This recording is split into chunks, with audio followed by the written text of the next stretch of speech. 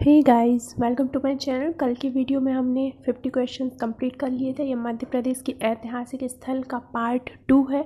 इसमें भी हम 50 क्वेश्चन समथिंग करेंगे। इसके बाद एक और पार्ट आएगा और 3 पार्ट में ये टॉपिक ख़त्म हो जाएगा। उसके बाद हम अगला टॉपिक स्टार्ट करेंगे। तो चलिए शुरू करते हैं। और आप लोग चैनल को सब्सक्राइब ज़रूर कर लीजिए, जिससे जब नेक्स्ट वीडियो आए, नेक्स्ट पार्ट आए इस टॉपिक का, तो आपके पास वीडियो पहुँच जाए। ठीक है, चलिए। तो क्वेश्चन है कि लिखी छाछ शैलाश्रय कौन से ज़िले में स्थित है। तो लिखी छाछ शैलाश्रय कौन से ज़िले में स्थित है दोस्तों? मुरैना ज़िले में स्थित है। नेक्स्ट क्वेश्चन है, मध्य प्रदेश का पुरातात्विक दृष्टि से सबसे बड़ा संग्रहालय वाकड़कर संग्रहालय कहाँ स्थित है? तो बताइए दोस्तों, कहाँ स्थित है वाकड़कर संग्रहालय? उज्जैन ज़िले में है। ओके, चलिए नेक्स्ट क्वेश्चन क्या है? नेक्स्ट क्वेश्चन है, शासकीय संग्रहालय भोपाल की स्थापना कब हुई? तो दोस्तों इसका नाम एडवर्ड म्यूज़ियम भी है। शासकीय संग्रहालय एडवर्ड म्यूज़ियम की स्थापना कब हुई? 1887 में इसकी स्थापना हुई थी और 1964 में दोस्तों मध्य प्रदेश शासन ने इसको अधिग्रहित किया था। ओके, नेक्स्ट क्वेश्चन है, प्रसिद्ध पुरातत्व शास्त्री श्री विष्णु श्रीधर वाकड़कर का जन्म किस स्थान पे हुआ था? ये तो बहुत इंपॉर्टेंट क्वेश्चन है कि वाकड़कर का जन्म कहाँ पे हुआ था? नीमच में हुआ था। ओके, इन्होंने भीमबेटका की खोज की थी। कब की थी? 1957 में। भीमबेटका के बारे में कौन कौन से फैक्ट हम पढ़ चुके हैं? 2003 में इसको विश्व विरासत में यूनेस्को ने शामिल किया था। इसकी खोज हुई थी 1957 में। किसने की थी? विष्णु श्रीधर वाकड़कर ने। इसकी स्थिति क्या है? अब्दुल्लागंज रायसेन। ओके, चलिए, तो कहाँ जन्म हुआ था विष्णु श्रीधर वाकड़कर जी का? नीमच में। नेक्स्ट क्वेश्चन है, स्टोन एवं पेंटिंग्स इन इंडिया। स्टोन्स एवं पेंटिंग्स इन इंडिया पुस्तक के लेखक कौन है? तो इसका आंसर हो जाएगा option number A, VS. Wakadkar. Okay, next question है, किस वर्ष में डॉक्टर विष्णु श्रीधर वाकड़कर ने भीमबेटका की खोज की? तो दोस्तों 1957 में विष्णु श्रीधर वाकड़कर ने भीमबेटका की खोज की। ओके, ये हम पहले भी पढ़ चुके थे। आई होप आप लोगों को याद होगा। नेक्स्ट क्वेश्चन है, किसने सांची की पहाड़ी की चोटी पर मूल पुरातत्व संग्रहालय सांची की स्थापना की थी? तो दोस्तों इसका आंसर है John Marshall. Okay, so the next question is, doctor H D. Sakalia ने मध्य प्रदेश के किन स्थानों में सिंधु घाटी सभ्यता की खोज की थी? दोस्तों ये क्वेश्चन भी हम पिछले वीडियो में पढ़ चुके थे। मुझे उम्मीद है आप लोगों को याद आ रहा होगा, और नहीं आ रहा है तो कोई बात नहीं है। महेश्वर नाबदा टोली इसका आंसर है। ओके, कहाँ पे है महेश्वर नाबदा टोली? ठीक है, महेश्वर किस जिले में है? खरगोन जिले में। ओके, चलिए, मध्य प्रदेश पुराने किस भू संहिता का भू क्षेत्र है? गोंडवाना लैंड का हिस्सा है दोस्तों मध्य प्रदेश। गोंडवाना लैंड आप लोगों को पता होगा कि किसे कहते हैं। तो अगर नहीं पता है तो कोई बात नहीं, मैं बिल्कुल शॉर्ट में आप लोगों को बता देती हूँ। तो पहले जब हमारी जो पृथ्वी है जो बनी है, उसके लिए क्या है, कई सारी थ्योरीज़ है। तो एक थ्योरी है कि जब पृथ्वी बनी थी तो पहले वो मतलब ऐसे इतने सारे महाद्वीप नहीं थे, सिर्फ पूरा एक भूस्थल था। ठीक है, धीरे धीरे क्या हुआ, टाइम में कई सालों में आते आते जो पृथ्वी के अंदर जो मैग्मा होता है, उसकी जो हलचल, मतलब उसका जो गर्म होता है, तो उससे जो प्लेटों में हलचल हुई, तो प्लेटें जो हैं कई महाद्वीपों में टूट गई हैं खिसकते खिसकते। ठीक है, तो उससे क्या है कि कई महाद्वीप बन गए हैं। तो जो सबसे पहले जो ऊपर जो प्लेटें टूटी थी, तो जो ऊपर का हिस्सा था वो यूरेशिया कहलाने लगा, और जो नीचे का हिस्सा था वो गोंडवाना लैंड कहलाने लगा। तो हमारा जो भारत है, मध्य प्रदेश है, वो गोंडवाना लैंड का हिस्सा है। ठीक है, आप लोगों को समझ में आ गया होगा शायद। चलिए, नेक्स्ट क्वेश्चन है, नेक्स्ट क्वेश्चन है दोस्तों, मध्य प्रदेश के किन स्थानों पर शैल चित्रों द्वारा आदि मानव के होने के प्रमाण मिलते हैं? तो भीमबेटका से प्रमाण मिलते हैं आदि मानव के होने के। ठीक है, होशंगाबाद से भी प्रमाण मिलते हैं, आदमगढ़ पहाड़ी से, सागर के निकट से प्रमाण मिलते हैं। तो इसका उत्तर क्या हो जाएगा? सभी जगह से हमें प्रमाण मिलते हैं। ठीक है, नेक्स्ट क्वेश्चन क्या है, कौन सा स्थान मध्य प्रदेश को ताम्रपाषाण संस्कृति से संबद्ध करता है? तो दोस्तों कौन सा स्थान संबद्ध करता है इनमें से? कायथा उज्जैन में है और यह ताम्रपाषाण संस्कृति से संबद्ध करता है। ठीक है, यहाँ से ताम्रपाषाण की कुछ साक्ष्य मिले हैं, याद रखिएगा। कायथा कहाँ है? उज्जैन में है। कायथा की खोज किसने की थी? आपको ये कमेंट सेक्शन में बताना है, हम ये पिछले वीडियो में पढ़ चुके हैं, तो कमेंट करके बताइए, देखते हैं कितने लोगों को याद है। नेक्स्ट क्वेश्चन है, निम्न में से कौन से स्थल पुरापाषाण युग से संबंधित नहीं है? ओके, तो देखिए दोस्तों, शिवपुरी और ग्वालियर पुरापाषाण युग से संबंधित नहीं है। सीधी, शहडोल है, मंदसौर शाजापुर भी है, खंडवा खरगोन भी है। ठीक है, तो इसका आंसर क्या हो जाएगा? Option number A. Next question है,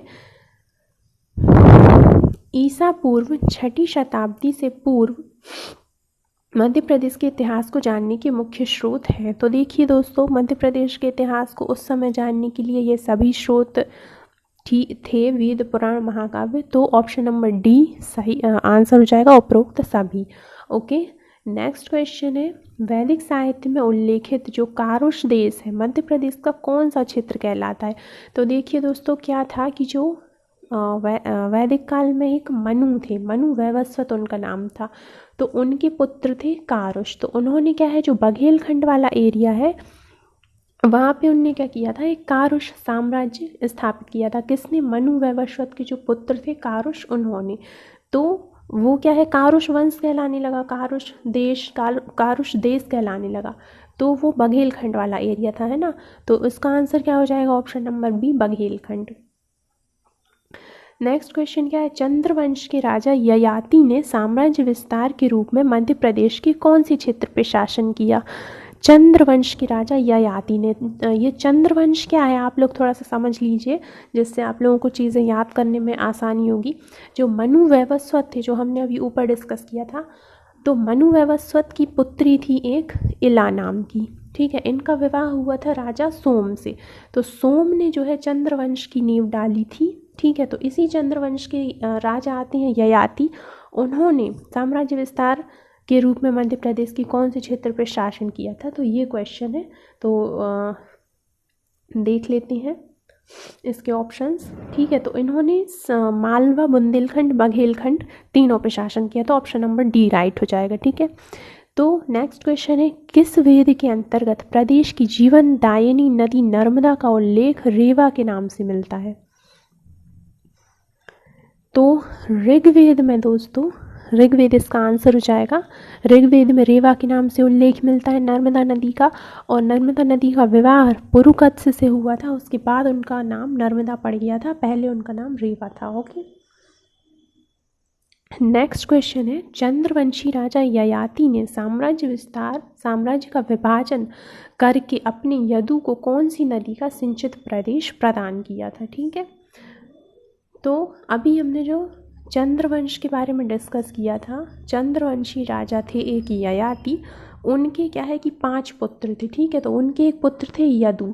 तो क्वेश्चन में पूछा है कि उन्होंने अपने पुत्र यदु को किस नदी के किनारे का सिंचित प्रदेश दिया था? तो उन्होंने चंबल, बेतवा और कैन नदी का प्रदेश जो है यदु को दिया था। ठीक है, तो इसका आंसर हो जाएगा उपरोक्त सभी। चलिए, नेक्स्ट क्वेश्चन है, महाकवि कालिदास द्वारा रचित नाटक विक्रमोर्वशीयम में कौन से राजा का वर्णन है? ठीक है, तो क्या था दोस्तों कि एक इंद्र की अप्सरा थी उर्वशी, और जो मनु वैवस्वत की जो पुत्री थी इला, जो हमने अभी ऊपर भी डिस्कस किया था मनु वैवस्वत के बारे में। तो मनु वैवस्वत की पुत्री जो इला थी, उनके पुत्र थे। ठीक है, उनके पुत्र कौन थे? पुरुरवा और उर्वशी का वर्णन है विक्रमोर्वशीयम में।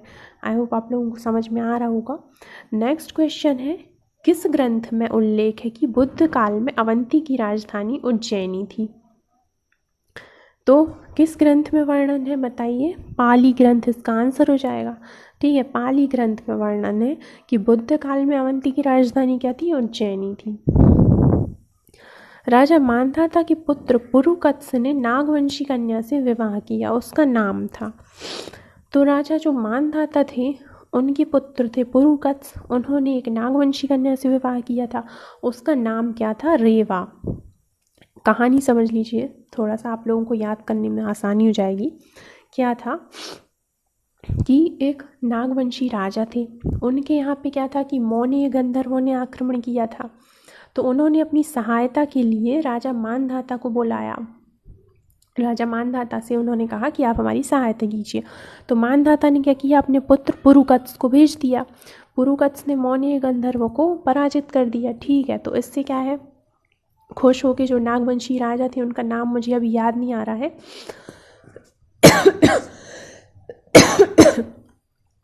तो वो नागवंशी राजा ने क्या किया कि अपनी कन्या का विवाह पुरुकत्स से कर दिया प्रसन्न होकर। ठीक है, तो पुरुकत्स से विवाह हो गया रेवा का। उनकी कन्या का नाम क्या था, नागवंशी राजा की कन्या का नाम था रेवा। ठीक है, एक बार और मैं रिपीट कर देती हूँ। एक क्या था कि नागवंशी राजा थे, ठीक है, उनके यहाँ पे क्या था, मौर्य गंधर्वों ने आक्रमण कर दिया था। तो उन्होंने सहायता के लिए बुलाया राजा मानधाता को। तो राजा मानधाता ने अपने पुत्र पुरुकत्स को भेजा। पुरुकत्स ने मौर्य गंधर्वों को पराजित कर दिया। तो नागवंशी राजा प्रसन्न हो गए। उन्होंने कहा कि आपने हमारी सहायता की है, तो हम आपके साथ संबंध जिससे हमारे और भी अच्छे हो जाएं। तो उन्होंने अपनी कन्या का विवाह पुरुकत्स से किया। ठीक है, कन्या का नाम था रेवा। चलिए नेक्स्ट क्वेश्चन है, नागवंशी वृषनाग मध्य प्रदेश की कौन से क्षेत्र का शासक था। अभी हम जिस राजा के बारे में बात कर रहे थे, मुझे नाम याद नहीं आ रहा था, उनका नाम था वृषनाग। ओके, तो इन्हीं की अभी हम बात कर रहे थे। तो इनका शासन कहाँ पे था, काठी निमाड़ में था इनका शासन। ठीक है, चलिए नेक्स्ट क्वेश्चन है, नागवंशी शासक वृषनाग का युद्ध किससे हुआ। ठीक है, किससे युद्ध हुआ, मौर्य गंधर्वों से, अभी हमने डिस्कस कर लिया। नेक्स्ट क्वेश्चन है, नागवंशीय शासक वृषनाग का मौर्य गंधर्वों से युद्ध होने पर किसने सहायता की थी। तो जल्दी से बताइए आप लोग। ठीक है, अभी हम डिस्कस कर चुके हैं, पुरुकत्स ने सहायता की थी। नेक्स्ट है, चंद्रवंश की है शाखा के राजा माहिष्मत ने किसे पराजित करके माहिष्मती में अपना राज्य स्थापित किया। बताइए किसने किया, माहिष्मती में अपना राज्य किसने स्थापित किया था, मुचकुंद ने। ठीक है, चंद्रवंश की है शाखा थी, ठीक है, उसके राजा थे माहिष्मत। ठीक है, उन्होंने किसको पराजित करके माहिष्मती में अपना राज्य बनाया था, मुचकुंद। ठीक है, नेक्स्ट क्वेश्चन है वंश का सबसे प्रतापी शासक कौन था जिसने लंकापति रावण को पराजित करके उसे बंदी बना लिया था। ठीक है, तो क्या आंसर हो जाएगा इसका, कीर्तवीर सहस्त्रार्जुन। सहस्त्रार्जुन जो थे बहुत ही प्रतापी शासक थे। किस वंश के थे, है वंश के। ठीक है, ऐसा कहा जाता है कि लंकापति रावण को पराजित कर दिया था उन्होंने। दोस्तों, ये लंकापति रावण को पराजित कर दिया था उन्होंने, ऐसा कहा जाता है। ठीक है, चलिए नेक्स्ट क्वेश्चन है, अनुश्रुति के अनुसार नलपुर के राजा नल की पत्नी दमयंती कौन से राज्य की राजकुमारी थी। तो जो नल दमयंती सुना होगा आप लोगों ने, नाटक है नल दमयंती, तो वो इन्हीं के बारे में है, राजा नल और दमयंती के बारे में। तो कहाँ की राजकुमारी थी दमयंती, विदर्भ के राजा भीमरथ की। ठीक है, याद रखिएगा, विदर्भ के राजा भीमरथ की राजकुमारी थी। ठीक है, चलिए नेक्स्ट क्वेश्चन है, अयोध्या के राजा श्रीराम के छोटे भाई भरत शत्रुघ्न ने मध्य प्रदेश के किस क्षेत्र पे शासन किया था। तो किस क्षेत्र पे शासन किया था, इसका आंसर हो जाएगा विदिशा। दसार्ण विदिशा पे शासन किया था इन्होंने। ठीक है, नेक्स्ट क्वेश्चन है, मध्य प्रदेश के कौन से क्षेत्र का नाम श्रीराम के छोटे भाई लक्ष्मण के नाम पर पड़ा। तो बांधवगढ़ लक्ष्मण के नाम पे पड़ा। तो ये दो क्वेश्चन याद रखना, शत्रुघ्न ने कहाँ पे शासन किया था, विदिशा में, और लक्ष्मण के नाम पे कौन सा क्षेत्र पड़ा, बांधवगढ़। तो कौशिक ने बुंदेलखंड में अपना राज्य स्थापित किया। ठीक है, नेक्स्ट है, नलपुर के राजा नल की रानी दमयंती किस राज्य की राजकुमारी थी। अभी हम पहले भी डिस्कस कर चुके हैं, आप लोगों को याद होगा, Raja Bhimrath Vidarbha. Okay, next question क्या है, नेक्स्ट क्वेश्चन है, रामायण काल में भगवान श्री राम ने 14 वर्ष के वनवास का अधिकांश समय कहाँ व्यतीत किया था। तो इन्होंने क्या है, चित्रकूट में व्यतीत किया था। वहाँ पे अत्रि मुनि और अनुसुईया माता का आश्रम था, वहाँ पे इन्होंने लगभग 11 वर्ष का समय व्यतीत किया था। चलिए नेक्स्ट है, मध्य प्रदेश का वह धार्मिक एवं आध्यात्मिक स्थान जहाँ त्रिदेव को बाल अवतार धारण करने के लिए विवश हुए थे। ठीक है, कौन सा है? ये भी वही चित्रकूट है, माता अनुसुईया का आश्रम। ठीक है। नेक्स्ट है, आदि कवि वाल्मीकि का आश्रम किस नदी के किनारे है? वाल्मीकि का आश्रम कहाँ पे है? तमसा या टॉस नदी के किनारे है दोस्तों। यहीं पे सीता जी ने कुछ समय अपने जीवन का निर्वासित जीवन व्यतीत किया था। ओके, लव कुश का जन्म भी यहीं पे हुआ था। श्री राम के छोटे भाई शत्रुघ्न एवं शत्रुघ्न के पुत्र शत्रुघाती ने मध्य प्रदेश के कौन से क्षेत्र पे शासन किया था? तो दशाण विदिशा पे किया था, हम पहले भी पढ़ चुके हैं। नेक्स्ट है, महाभारत कालीन अंगराज कर्ण की जन्मस्थली क्या है, किसे माना जाता है? तो मुरैना, आसन नदी मुरैना को माना जाता है अंगराज कर्ण की जन्मस्थली। ओके। नेक्स्ट है, ऋक्ष और परिराज ऋक्ष और परियात्र पर्वतमालाओं के बीच नर्मदा तट पर मांधाता नगरी को किसने बसाया? तो किसने बसाया दोस्तों? राजा, किसने बसाया? राजा मुचकुंद ने। ठीक है, याद रखिएगा, राजा मुचकुंद ने।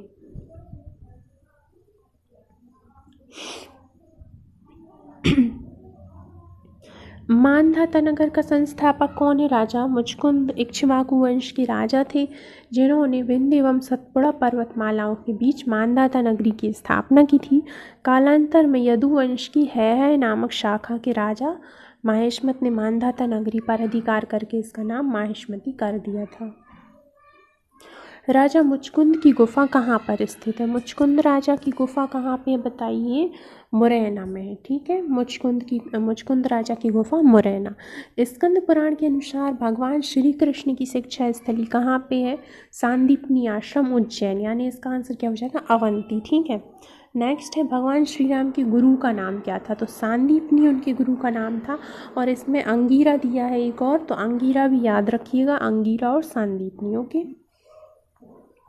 नेक्स्ट है, महाभारत काल में पांडवों ने अपना 1 वर्ष का अज्ञातवास राजा विराट के यहाँ विराटपुरी में व्यतीत किया। वर्तमान में यह स्थान किस जिले में है?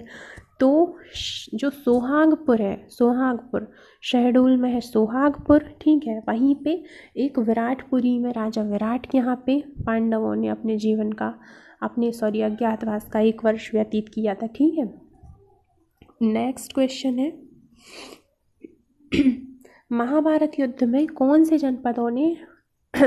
जनपद के राजाओं ने पांडवों का साथ दिया था? तो देखिए दोस्तों, इन सभी ने पांडवों का साथ दिया था युद्ध में, तो इन सभी के नाम आप याद रखिए, वत्स, काशी, चेदी, दशार्ण, मत्स्य। ठीक है, तो आप 2-3 बार इनको पढ़ेंगे तो आपको याद हो जाएगा।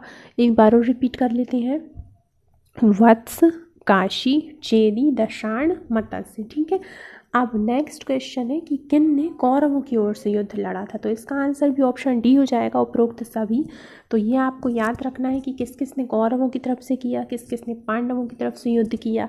तो कौरवों की तरफ से किसने युद्ध किया था? राजा नील ने, माहिष्मती के राजा नील ने, राजा बिंद ने, ठीक है, अवंती के राजा बिंद ने, और भोज, अंधक, विदर्भ और निषद ने। ठीक है, इनको आप 2-3 बार पढ़ेंगे तो आपको याद हो जाएंगे। चलिए नेक्स्ट क्वेश्चन है, वैवस्वत मनु की पुत्री इला का विवाह किससे हुआ था? हम इसको पहले डिस्कस कर चुके हैं, तो सोम से हुआ था इला का विवाह। इन्होंने बाद में चंद्रवंश की नींव डाली। ओके। चंद्रवंश के आदि पुरुष पुरुरवा के अधीन एल साम्राज्य का विस्तार मध्य प्रदेश के कौन से क्षेत्र तक हुआ? तो कौन से क्षेत्र तक हुआ बताइए दोस्तों? बुंदेलखंड तक हुआ। ठीक है। वंशी प्रतापी शासक कीर्तिवीर सहस्त्रार्जुन ने कौन से शासक को पराजित किया? तो इन तीनों को ही सहस्त्रार्जुन ने पराजित किया था। हम पहले पढ़ चुके हैं कि लंकापति रावण को पराजित किया था, कारकोटवंशी नाग को भी पराजित किया था, और अयोध्या के पौरवराज त्रिंकुश को भी पराजित किया था। ठीक है। नेक्स्ट है, 6ठी शताब्दी ईसा पूर्व के 16 महाजनपदों में से मध्य प्रदेश के इतिहास से संबंधित जनपद है। तो अवंती और अवंती चेदी दोनों हैं। ठीक है, अवंती उज्जैन में आ जाता है, चेदी ठीक है, दोनों हैं। नेक्स्ट है जबलपुर ज़िले में छोटी महानदी के तट पर स्थित पड़रिया की गुफाएं, जिसका दूसरा नाम है बूढ़ी डायन की गुफाएं, किससे संबंधित है? तो ये राक्षसी हिडम्बा से संबंधित है। अकॉर्डिंग टू माइथोलॉजी, जो महाभारत में जो भीम थे उनकी ये वाइफ थी हिडम्बा, जिनके पुत्र कौन थे? घटोत्कच थे। तो उनसे संबंधित है पड़रिया की गुफाएं या फिर बूढ़ी डायन की गुफाएं। और कहाँ पे है ये? जबलपुर ज़िले में है। ठीक है, एक बार रिपीट कर लेते हैं कि महाभारत काल के जो भीम थे उनकी वाइफ थी हिडिम्बा और इन दोनों का पुत्र थे घटोत्कच। ठीक है, तो ये हिडम्बा से संबंधित है पड़रिया की गुफाएं या फिर बूढ़ी डायन की गुफाएं, और ये कहाँ पे स्थित है? जबलपुर में। ओके, नेक्स्ट है महाभारत कालीन धनुर्धर अर्जुन के पुत्र बभुवाहन ने कौन से स्थान पर एक यज्ञ किया था? कौन से स्थान पर यज्ञ किया था दोस्तों? ये किया था मणिपुर में। ठीक है, या फिर महदपुर में। ओके, चलिए, इसका नाम भस्म टेकरी भी है दोस्तों। ठीक है, याद रखना कि भस्म टेकरी भी इसको कहती हैं, इस स्थान को। ओके, उज्जैन ज़िले में ये स्थित है। ठीक है, उज्जैन ज़िले में भस्म टेकरी है। ऐसा क्वेश्चन आ सकता है कि भस्म टेकरी कहाँ पे है? एमपी में, तो उज्जैन में। तो दोस्तों 100 क्वेश्चंस कंप्लीट हो गए हैं। एक वीडियो और आएगा, उसमें ये वाला टॉपिक कंप्लीट हो जाएगा।